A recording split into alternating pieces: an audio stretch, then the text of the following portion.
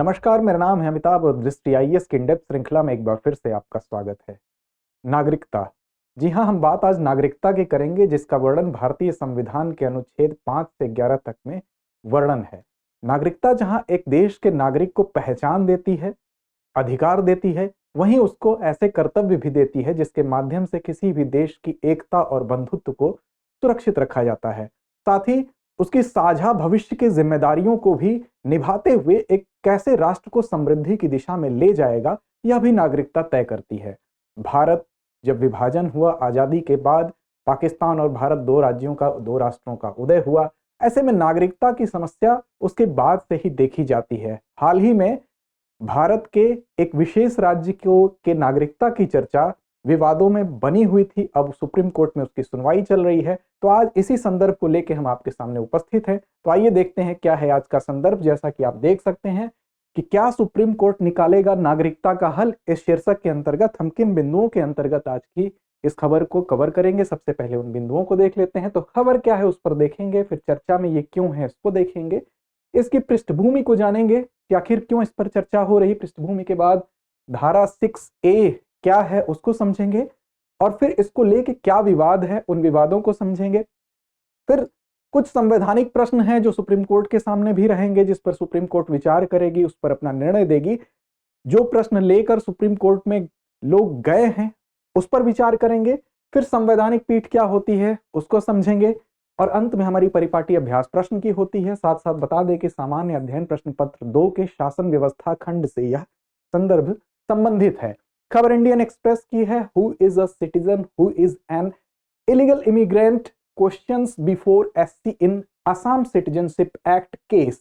तो असम में जो उस नागरिकता को लेकर विवाद था, अब वो सुप्रीम कोर्ट पहुंच चुका है। चर्चा में क्यों है इस पर भी देखेंगे। तो असम के जो वहां के वास्तविक नागरिक हैं, वहां के कुछ ऐसे विदेशी अप्रवासी नागरिक हैं, उसको लेके जो विवाद की स्थिति बनी हुई थी। साथ ही धारा 6A को विभिन्न याचिकाओं के माध्यम से चुनौती दी गई, जिस पर सुनवाई हुई सुप्रीम कोर्ट में। पहले वो डिविजनल बेंच में हुई और अब संवैधानिक पीठ को सुपुर्द की गई, और संवैधानिक पीठ उसकी सुनवाई कर रही है। इस लिहाज से फिर से 5 दिसंबर के बाद से जब से सुनवाई शुरू हुई है, यह मुद्दा चर्चा में बना हुआ है। वहां पर मामला अवैध अप्रवासी और असम में स्वदेशी असमिया लोगों के अधिकारों को लेकर था। तो आज इसी मुद्दे पर हम चर्चा करेंगे और समझेंगे सबसे पहले कि इस पूरे घटनाक्रम की पृष्ठभूमि क्या है। पृष्ठभूमि की अगर बात करें तो जब भारत 1947 में आजाद हुआ, आजाद होने के बाद ही पाकिस्तान भी बना भारत के साथ साथ। और पाकिस्तान में 2 हिस्से, एक पूरब में था, एक पश्चिम में था, एक पूरब में था। तो पश्चिम वाले हिस्से को पश्चिमी पाकिस्तान, पूरब वाले हिस्से को पूर्वी पाकिस्तान कहा गया, जो बाद में चल के बांग्लादेश बना 1955 में। इस क्षेत्र को आधिकारिक रूप से इसी इकाई का एक प्रांत मान लिया गया, और बाद में आगे चलकर स्वतंत्रता संघर्ष हुआ और यह बांग्लादेश के रूप में इसका उदय हुआ। लेकिन जब पूर्वी पाकिस्तान बना तो साथ साथ भारत के लिए भी एक समस्या ये हुई कि यहां पर इनकी आंतरिक समस्या बाहर निकलकर भारत के लिए समस्या बनी। कैसे बनी? तो पूर्वी पाकिस्तान की अगर बात करें, क्षमा करिएगा, पश्चिमी पाकिस्तान की अगर बात करें, तो पश्चिमी पाकिस्तान हर दृष्टिकोण से देखा जाए, चाहे वो शक्ति हो, चाहे राजनीति हो, पॉलिटिक्स हो या सैन्य शक्ति हो, हर चीज का गढ़ था, केंद्र था। और जो पूर्वी हिस्सा था, जो वर्तमान बांग्लादेश है, वो कहीं ना कहीं उपेक्षित था। इसलिए यहाँ के लोगों को हीन भाव से देखा जाता था। यहाँ के लोगों का धीरे धीरे उत्पीड़न शुरू हुआ। तो जब उत्पीड़न शुरू हुआ तो यहाँ के लोगों में इनके विरुद्ध विद्रोह की भावना जगी, और यह विद्रोह धीरे धीरे पनपने लगा और एक संघर्ष का रूप लेने लगा। साथ ही यह बदल जाता है मुक्ति संग्राम में, अर्थात ये लोग अब इनसे अलग होना चाहते हैं। उसके लिए मुक्ति संग्राम छिड़ता है, गुरिल्ला वार शुरू हो जाता है, और अंत में एक ऐसी स्थिति आती है कि वो पूरे एक युद्ध में परिणत हो जाता है, एक स्वतंत्रता संग्राम में परिणत हो जाता है। बाद में भारत ने भी उसमें हस्तक्षेप किया, ये आपको पता है, और भारत के हस्तक्षेप से ये युद्ध समाप्त होता है। इसमें बांग्लादेश का निर्माण होता है। लेकिन इस दरमियान हुआ क्या कि जो पश्चिमी पाकिस्तान है उसके द्वारा यहां पर भारी मात्रा में नरसंहार किया गया था। ऑपरेशन सर्चलाइट का आपने नाम सुना होगा, मार्च 1971 में चलाया गया। उसके तहत भारी मात्रा में यहां नरसंहार की घटना देखने को मिली। ऐसे में ये जो इस तरह का प्रयास था, इस तरह की जो शोषण की प्रवृत्ति थी, वो बांग्लादेश बनने के बाद भी जारी रही। लेकिन उस युद्ध के दौरान ही तकरीबन 10 लाख शरणार्थी भारत में आ गए। भारत में शरण लिए। इस दृष्टिकोण से पाकिस्तान भारत से भी भयभीत रहने लगा और भारत पर उसने आक्रमण किया। फिर भारतीय सेना उसमें इन्वॉल्व होती है और 72 में युद्ध समाप्त होता है।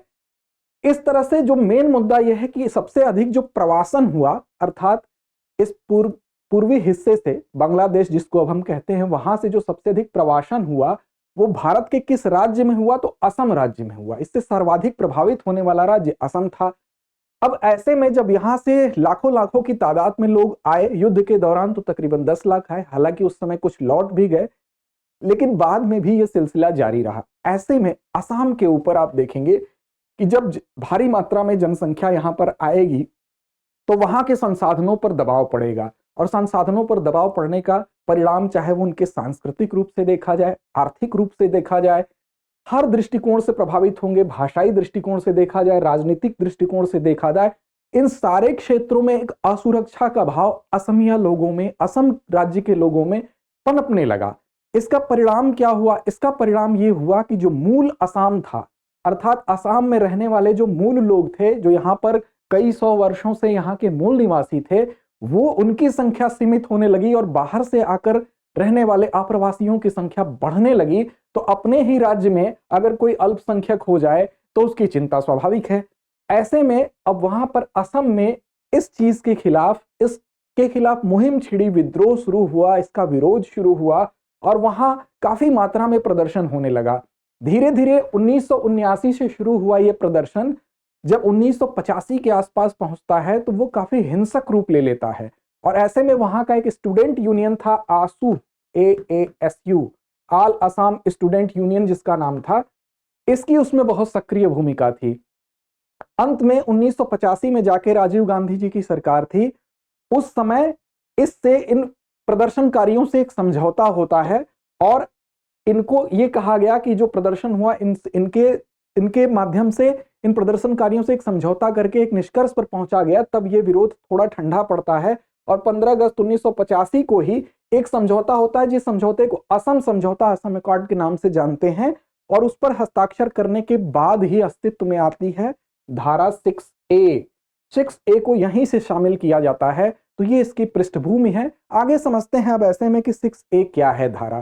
तो देखिए 6A जो है, जिस धारा की बात आजकल बहुत होती है, वो बेसिकली क्या है? तो असम समझौता जो है इसका परिणाम है ये। इस समय क्या हुआ कि असम समझौता में जो खंड 5 था उसमें एक लाइन तय की गई, एक हम इसको कह सकते हैं कट ऑफ लाइन तय की गई 1 जनवरी 1966 की। इसके अंतर्गत, इस कट ऑफ लाइन के अंतर्गत सीधा सीधा ये माना गया कि इस लाइन के पहले आने वाले लोग, यहाँ पर रहने वाले लोग यहाँ के नागरिक माने जाएंगे और इसके बाद के लोग यहाँ के नागरिक नहीं माने जाएंगे, विदेशी माने जाएंगे। भारतीय नागरिकता और सभी अधिकार जो पहले के हैं, इससे, इस डेडलाइन से, इस कट ऑफ लाइन से पहले के हैं, उनको प्राप्त होगा, इसके बाद वालों को प्राप्त नहीं होगा। इसी में लेकिन जब 6A क्लॉज जोड़ा गया 24 मार्च 1971 को एक नई कट ऑफ लाइन के रूप में विनियमित किया गया, इसको एक तरह से और क्लॉज जोड़ा गया।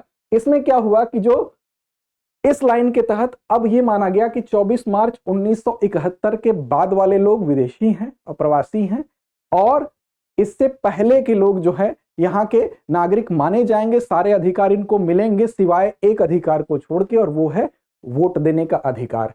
अब आप देखें कि इसमें इनको एक विकल्प भी दिया गया 6A को संशोधित करते हुए। नागरिकता अधिनियम धारा 18 के तहत पंजीकृत होने के बाद इनको एक विकल्प मिलेगा। किसको? जो 24 मार्च 1971 से 1 जनवरी 1966 के बीच के लोग हैं, इनको एक विकल्प दिया गया। यह विकल्प ये दिया गया कि अभी फिलहाल इनको 10 वर्ष के बाद नागरिकता मिलेगी, लेकिन फिलहाल इनको बाकी सारे अधिकार मिलेंगे, सिर्फ मत देने का अधिकार नहीं मिलेगा। तो ये बाद में 10 वर्ष बाद हालांकि ये नागरिक डीम्ड सिटीजन मान लिए जाएंगे, लेकिन फिलहाल अभी ये स्थिति बनी रही। असम में नागरिकता तय करने की तिथि को 24 मार्च 1971 के आधार पर ही, इसी को मूल आधार मानते हुए वहां पर 2019 में राष्ट्रीय नागरिकता रजिस्टर, आपने सुना होगा, ये अस्तित्व में आता है। असम में अमल में इसको सबसे पहले लाया गया। उसमें आधार 24 मार्च 1971 ही बनता है। तो ये 6 है। अब इस पर भी विवाद क्या है, उस विवाद को समझ लें। विवाद ये है कि सबसे पहले इसको लेके आपत्ति दर्ज की गई वहां के लोगों द्वारा। आपत्ति ये बताया गया 2012 में वो लोग कोर्ट जाते हैं और ये कहते हैं कि ये जो समय है इसको और बढ़ाने का मतलब ये हुआ कि बाहर से आने वालों की संख्या बाकी भारतवर्ष के लिए जो है वो एक लाइन कुछ और है, वो जुलाई 1948 है, और असम के लिए कुछ और है। ऐसे में असम के साथ कहीं ना कहीं एक विभेदपूर्ण रवैया अपनाया जा रहा है, तो इस पर विरोध दर्ज किया गया और धारा 6A की संवैधानिकता पर भी सवाल उठाया गया। ये कहा गया कि बाकी शेष भारत की तुलना में असम में नागरिकता की अलग तिथि का निर्धारित करना असम के साथ एक तरह से दोहरा व्यवहार है, एक अलग तरह से विभेदकारी व्यवहार है, जो कि ठीक नहीं है। पूरे बाकी भारतवर्ष में जुलाई 1948 से पहले के लोग नागरिक माने गए, उससे बाद के लोग नहीं माने गए।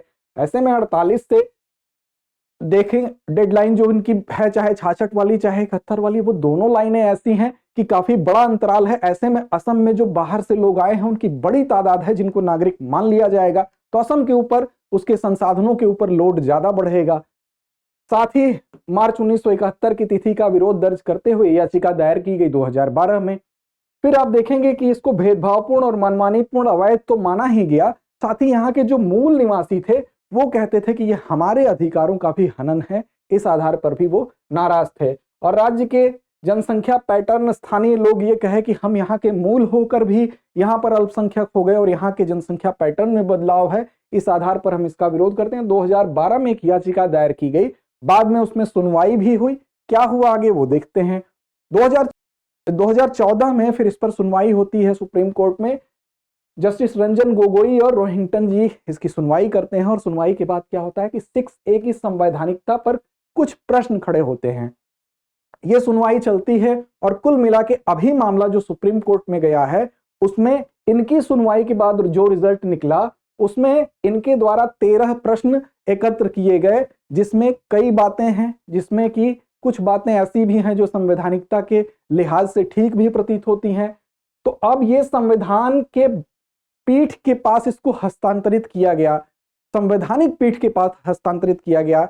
आपको पता होगा कि एक डिविजनल बेंच होती है, एक संवैधानिक पीठ होती है, तो यहां से मामला अब आगे पहुंचा है सुप्रीम कोर्ट की संवैधानिक पीठ में, और वहां पर इनके द्वारा सुनवाई में जो अपना अंतिम आदेश था उनमें 13 प्रश्न छोड़े गए थे, जिनमें से कुछ प्रश्नों का जिक्र आपके सामने हम करते हैं। जैसे इन्होंने इसमें यह उल्लिखित किया कि अनुच्छेद 325 का यहाँ पर क्या उल्लंघन नहीं होता है, जिसमें धर्म, नस्ल और जाति या लिंग के आधार पर किसी भी प्रकार से इस प्रकार का विभेदीकरण देखने में सामने आता है। साथ ही अनुच्छेद 29(1) की भी यहाँ पर तरफ इशारा करते हुए कहते हैं कि संस्कृति, भाषा और लिपि में को सुरक्षित रखने का अधिकार 29(1) अगर प्रदान करता है, तो यहाँ पर किसी खास संस्कृति के ऊपर अगर खतरा आ रहा है तो क्या ये इसके दायरे में नहीं आता है। साथ ही अनुच्छेद 355 की भी यहाँ पर दलील देते हुए कहा जा रहा है कि बाहरी आक्रमण और आंतरिक अशांति से राज्यों की रक्षा की बात इसमें की जाती है, तो क्या यहाँ पर बाहर से जब लोग आए तो यहाँ आंतरिक अशांति प्रभावित नहीं हुई, यह भी एक प्रश्न छोड़ा गया।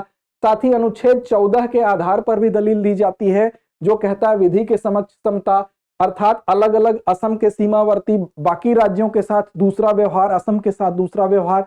तो ये कुछ ऐसे प्रश्न छोड़े गए जिसके आधार पर अब सुप्रीम कोर्ट में सुनवाई होनी है, इस संवैधानिकता की जांच होनी है। अब देखते हैं हमारी शीर्ष न्यायपालिका क्या निर्णय देती है, सबको इसकी प्रतीक्षा है। साथ ही क्या होती है संवैधानिक पीठ, एक नजर इस पर भी डालते हैं।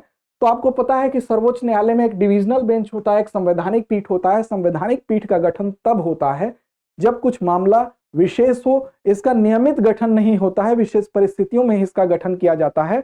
अमूमन जो डिविजनल बेंच होती है उसमें जजों की संख्या 2 या कभी कभी 3 भी हो सकती है, लेकिन संवैधानिक पीठ में जो जजेस हैं उनकी संख्या मिनिमम 5 या 5 से अधिक हो सकती है।